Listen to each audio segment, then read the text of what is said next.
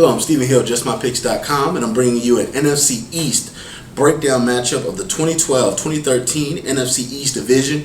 Last year we had the Super Bowl champs, the New York City Football Giants. They went along and beat the New England Patriots, won the Super Bowl.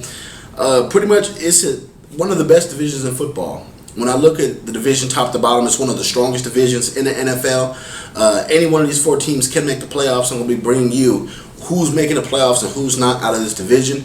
I'm going to start at the bottom and work my way up to the top. It's going to be very competitive, but I see the Washington Redskins in RG3 taking their bump on the chin and finishing in fourth. Let's face it, you have a good young nucleus for the Washington Redskins. They gave up a lot to get RG3.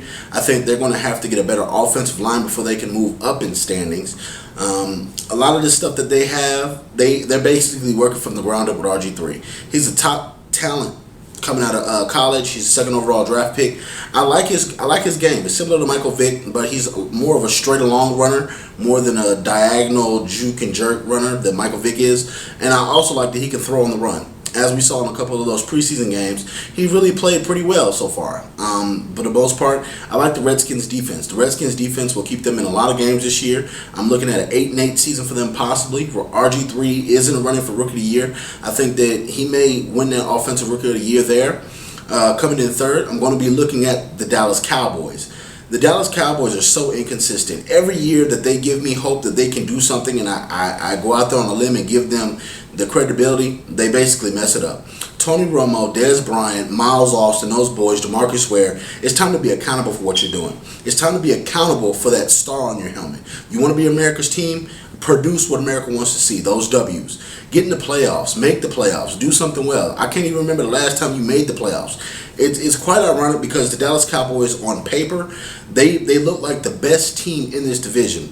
With the things that they've included on defense with Claiborne, and they brought in Carr, they've solidified their cornerback problems, it looks like. But you also have the off-field issues with Dez Bryant. You also have the injuries with Jason Witten. So I need to see them to put together a full season where Tony Romo stays healthy, DeMarco Murray also has to stay healthy, and Felix Jones stay healthy. You have a lot of holes on this team. When people get injured, the offensive line often gets injured, and so it's a mix and match of talent, mix and match of players. We really don't get that nucleus to play together for a full 16 games. They really have to suck it up, and Rob Ryan, Rex's brother, really needs to put his foot in that defense's behind. That defense is too talented to be finishing like that. For like example, last year when they played the Jets, they threw the game away. When they played the Lions, for God's sake, and gave up that big, humongous lead. Things like that can't happen if you want to make the playoffs and you want to be a serious Super Bowl contender. Second up, the defending champions. I think they're going to finish in second, the New York Football Giants.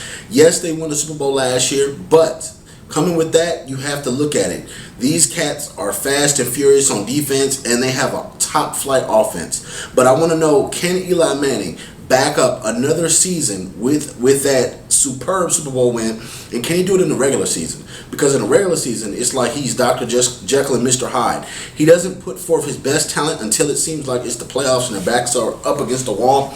It has to be defense, offense, and special teams with these guys. It starts with the four linemen up front in that NASCAR package that the Giants have. They're really talented with their pass rush. I think they've reinvented the style of pass rush. It seems like any player that they draft, any guy that they put on that line, he turns into gold. He turns into a pass rushing master, basically.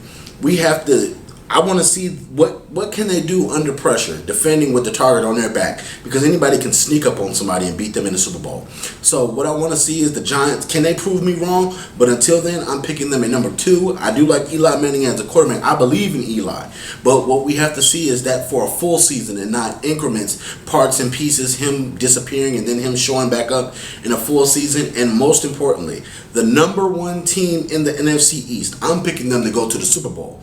The Philadelphia Eagles, led by Michael Vick, LaShawn McCoy, and I'm also looking at that defense with D'Amico Ryans coming from the Texans, Nnamdi Asomugha. You have those corners now. They got rid of Asante Samuel, the deadweight at cornerback, and you also have to look at, can they stay healthy and score points in the fourth quarter?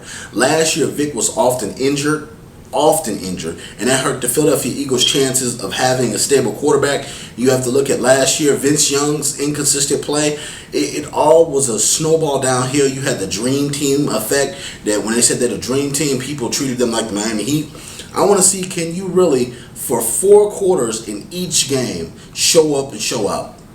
You have an outstanding offense in Deshaun Jackson, and you also have LaShawn McCoy. Can those guys put it together for a full 16 games and the playoffs? I want to see it. I know Andy Reid works wonders, and they have a year under their belt of being together and working together and having a full off season.